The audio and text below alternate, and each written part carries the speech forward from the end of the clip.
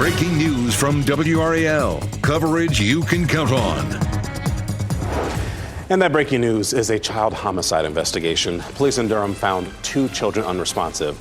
The questions we're asking this morning. And we're looking at the Valentine's weekend. They're already in Franklinton. It does look wet for the second half of the weekend. I'll show you when the rain arrives and how much we'll see. And Raleigh shooter sentencing. Today, we expect to learn if Austin Thompson will be eligible for parole. We'll get you a look at the closing arguments from prosecutors and Thompson's defense. Plus, President Donald Trump visits here today. He will be meeting with military members at Fort Bragg. How this meeting connects with the capture of Nicolas Maduro in Venezuela.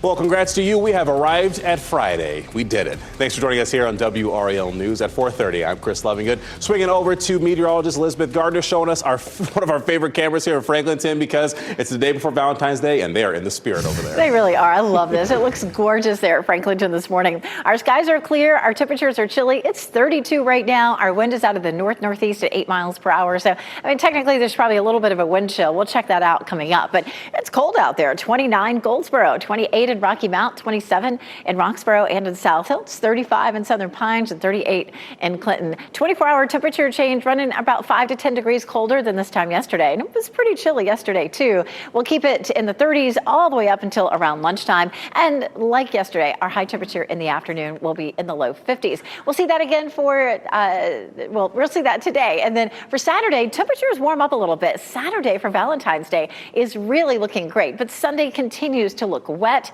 Most of the day will be wet, but not all of it. I'll show you what time the rain begins coming up. Chris? All right, sounds good, Elizabeth. Thank you. Well, this morning, police in Durham are at a scene where 2 children were found unresponsive, and one of those children later died. And police have ruled this a homicide. Let's bring in Ali Kadlabar. She is on Chartwell Court in the WRAL Breaking News Tracker. Ali, police have been there since about 5:30 last night. Yeah, Chris, and we've seen officers go in and out of the Durham Mobile Command Unit continuing this investigation. Now, I want to show you, we have gotten closer to the scene. We can see police tape wrapped around this home to our right. And within the past hour, we've actually seen officers search around that house. This is where police found 2 children unresponsive. We want to take you to that scene from Sky 5, showing several police cars and EMS in front of a home on Chartwell Court. You can see a person being taken away in an ambulance.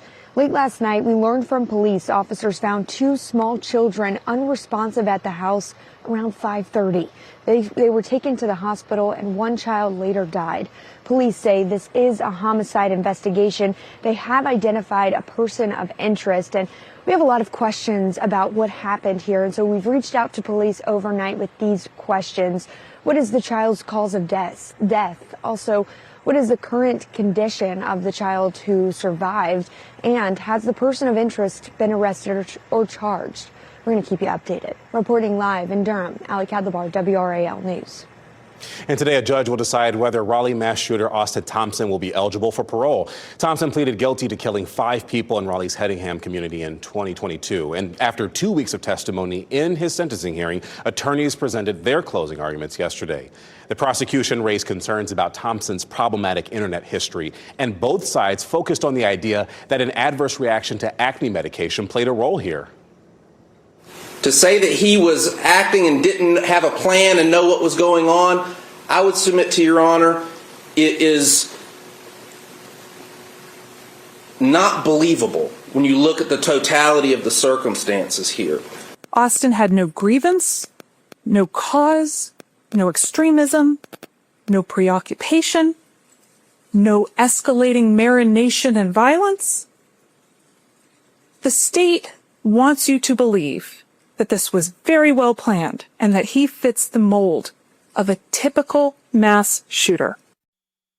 You can watch our coverage of the sentencing hearing on our WRAL YouTube channel, and make sure to watch the final day of the hearing. It starts at 9:30 this morning. You can watch that on WRAL.com and our YouTube channel. Happening today, President Donald Trump will visit troops at Fort Bragg. Let's go ahead and bring in Kelsey Coffey. She is following this story ahead of his visit. And Kelsey, the president is expected to meet with special forces who were involved in the capture of Venezuela's leader, Nicolas Maduro. Yes, Chris, we're just hours away from Air Force One landing here in North Carolina. We'll go ahead and give you a look at some video now of President Trump's last visit to Fort Bragg back in June for the Army's 250th anniversary. First Lady Melania Trump and Secretary of Defense Pete Hegseth will be joining him for today's visit. The President and First Lady are scheduled to go to Pope Army Airfield, where they will meet with military families and members of the Special Forces who carried out an operation in Venezuela to capture President Nicolas Maduro. NBC News exclusively interviewed Venezuela's interim president, Delcy Rodriguez, yesterday. She says Maduro is still the legitimate leader of Venezuela and he and his wife are innocent. U.S. Secretary of Energy Chris Wright explains how he views the power dynamic in the country now. So the Venezuelans are in charge here in Venezuela, but the United States has enormous leverage over the interim authorities in Venezuela. So we'll have a crew in Fort Bragg today covering the president's visit. You can stay up to date on his trip on WRAL.com. Kelsey Coffey, WRAL News, live in Raleigh. And independent Senator Bernie Sanders will be in Durham today. He's expected to speak at 2 p.m. at the Durham Convention Center, and he'll be there with Durham County Commissioner Nida Alam. Alam is trying to beat incumbent Congresswoman Valerie Foushee in the Democratic primary next month. Police in Arizona released new information about the man seen on Nancy Guthrie's front porch the morning she disappeared. Investigators are looking for a man who is around 5'9", 5'10" inches tall, with an average build. They say he was also carrying a black 24-liter Ozark Trail hiking backpack. It kind of looks like the one you see here in this picture. The FBI says it received more than 13,000 tips since the day Nancy Guthrie was reported missing. The Bureau also increased the reward for information to $100,000. We do have some breaking news that we're following as 2 people are dead and another is hurt after a shooting at South Carolina State University. That campus has been under lockdown since around 9:15 last night. Officials at the university say the state's law enforcement division is investigating, and so far, there's no word about a potential motive or even a suspect. And Canadian leadership has identified the victims of Tuesday's mass shooting. 5 students were killed at a secondary school in the town of Tumbler Ridge. The suspect's 11-year-old stepbrother and a 39-year-old woman were found dead at the shooter's home. A teacher was also killed. Authorities identified 18-year-old Jessie Van Rootselaar as the shooting suspect. She dropped out of school 4 years ago, and the suspect was found dead from a self-inflicted gunshot wound. Well, there's a new chapter of the Sean Stiegel saga in Cary. The former town manager's car was mentioned in a police report. Newly released public records show a 2016 police report references that a car was spotted leaving a suspected drug house, and the driver of the car was not identified. Officers ran the license plate and connected the car to Stiegel, but Stiegel was not charged. Cary Police Chief Terry Solt says nothing in the newly released documents requires further action, but we did reach out to Cary's mayor about this. Harold Weinbrecht says, quote, "These documents are concerning and raise many questions for which we don't have answers, and we won't speculate on what happened nearly 10 years ago in the absence of facts and further evidence," end quote. We also reached out to Stiegel for a comment, but we have not heard back. Halifax County plans to address persistent water issues this weekend. People are still reporting issues with low pressure. Teams will begin repairing valves tomorrow morning, and people went without water for days last week. That led to a state of emergency. A third-party contractor broke the water lines while digging, and that led to problems lasting more than a week. This morning, we're working to learn more about a stabbing at Raleigh's Moore Square bus station. What you're seeing here is video from the WRAL breaking news tracker of that investigation. It happened around 7:30 last night. One person was taken to the hospital, and right now, we're working to learn the extent of that person's injuries. A man is dead after a shooting on South Roxborough Street in Durham. Officers arrived around 3 yesterday afternoon, and the victim was taken to the hospital. That's where he died. Police are still looking for a suspect and working to determine what led to that shooting. Looks like changes are coming to leadership at Methodist University in Fayetteville. Stanley Weirden will retire as president at the end of June in 2027. He's led the university for 8.5 years. He says he still enjoys the job, but he wants to do something less stressful. He also wanted to give the school plenty of time to find his successor. Well, the DMV says that you can expect shorter lines at its locations. WRAL talked with DMV spokesperson Marty Homan about the current wait times. He said wait times across the state are on an average of about 45 minutes. That's down from the 2-hour wait nearly a year ago. This is helpful for the people who cannot book an online appointment. You do not have to have an appointment. You can come as a walk-in. Our walk-in wait time is between 30 and 45 minutes right now across the state. Monday marked the end of expanded hours, and DMVs will now open at 8. 5 on Your Side has investigated delays at the DMV for years. From outdated technology to extremely long wait times, you can find our reporting in the 5 on Your Side section of WRAL.com. Your time is 4:40. Avoiding funding collapse. Washington is getting closer and closer to another potential government shutdown, while immigration enforcement is at the center of this fight. Plus, do not drive. A major automaker is issuing an urgent warning tied to deadly airbags. What owners need to check. And there's another cold morning here as you're looking live right now at Pittsburgh. Meteorologist Elizabeth Gardner breaks down the timing for the rain on the way this weekend. From the WRAL Severe Weather Center, North Carolina's most experienced team of meteorologists. It is 4:44. It's a nice start out there this morning. Our skies are clear, so we have the top of the tower lit in blue this morning. Coming up, we're going to explain how you can watch the SpaceX launch. It's headed up to the ISS. It's cold out there if you're going to try to head outside and look at it. There are 27 in Lewisburg, 26 Tarboro, 24 in South Hill, 28 in Rocky Mount. We have had some cold mornings over the last month, and here's another one. There are a few places above freezing. Southern Pines at 35, 37 in Fayetteville, 34 in Irwin and in Goldsboro. So kids are going to be out of the bus stop in the big heavy coats again this morning, and it's going to be a comfortable afternoon with sunshine. Highs will be in the low 50s, similar to yesterday. Saturday is shaping up to look gorgeous for Valentine's Day, and Sunday looks the exact opposite. We'll take a look at both days coming up. Chris? Oh, sounds good, Elizabeth. Thank you for tracking that for us. Well, a divided Washington is on the brink of another government shutdown, and this time it centers on funding for Homeland Security and immigration enforcement. Senate Democrats blocked a funding bill yesterday. They're pushing for changes to ICE operations. If no deal is reached, agencies such as FEMA, TSA, and the Coast Guard could be partially impacted. That could last for at least 11 days while lawmakers are on recess. New this morning, U.S. Secretary of State Marco Rubio has arrived in Munich. Rubio plans to use this weekend's security conference there to address what he sees as a major turning point in global geopolitics. Rubio said the international balance of power is shifting rapidly and that longtime alliances are evolving. He indicated the U.S. and its European partners will need to rethink their roles. Goldman Sachs' top lawyer is stepping down. Kathy Rumler's resignation follows renewed scrutiny tied to the DOJ's release of Jeffrey Epstein documents. She said that her relationship with Epstein was strictly professional. Her resignation takes effect June 30th. Just a heads up, drivers, FCA US, formerly Chrysler, issued a do not drive warning. This is for all vehicles with unrepaired Takata airbags. The warning applies to certain older models of Chrysler, Dodge, Jeep, and Ram vehicles that have open and unrepaired Takata airbag recalls.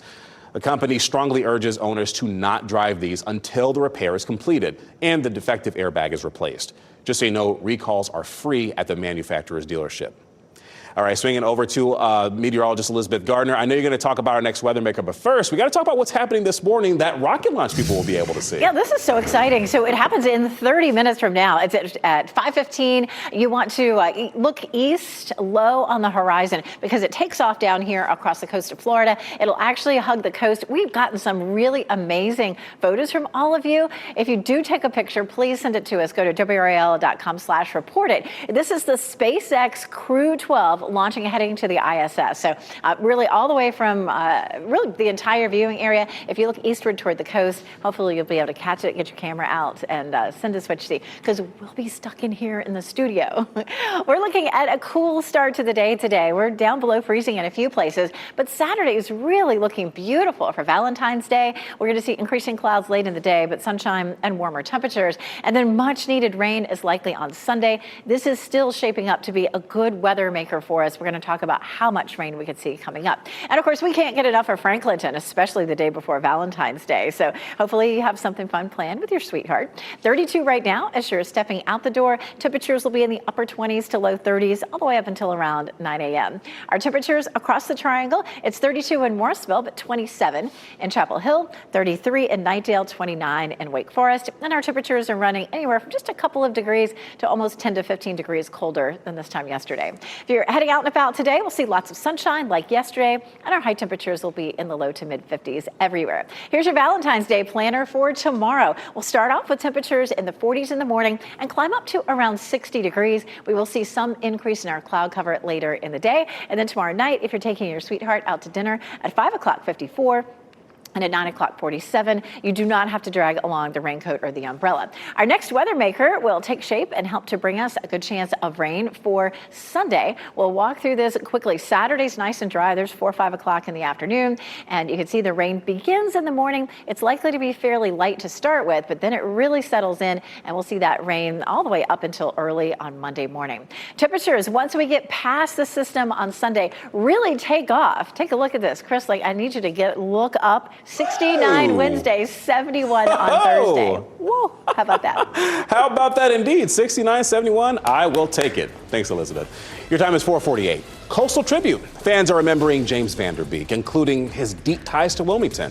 How one landmark connected to his biggest role is honoring his legacy. Plus, Hollywood Minute, a look at 2 new shows diving into the world of private investigators. What we're learning about the projects and who's bringing them to life.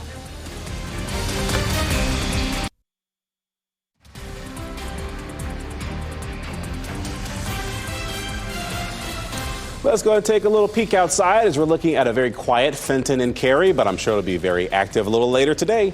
You're watching WRAL News, available on Hulu and the WRAL app on your TV or streaming device. If you didn't know, polls are now open for in-person early voting for the 2026 primary elections. And this year's election includes races for an open U.S. Senate seat and every U.S. House and state legislative district. Many voters will also be asked to choose local prosecutors, sheriffs, and other city or county leaders. And this is all ahead of the November general election.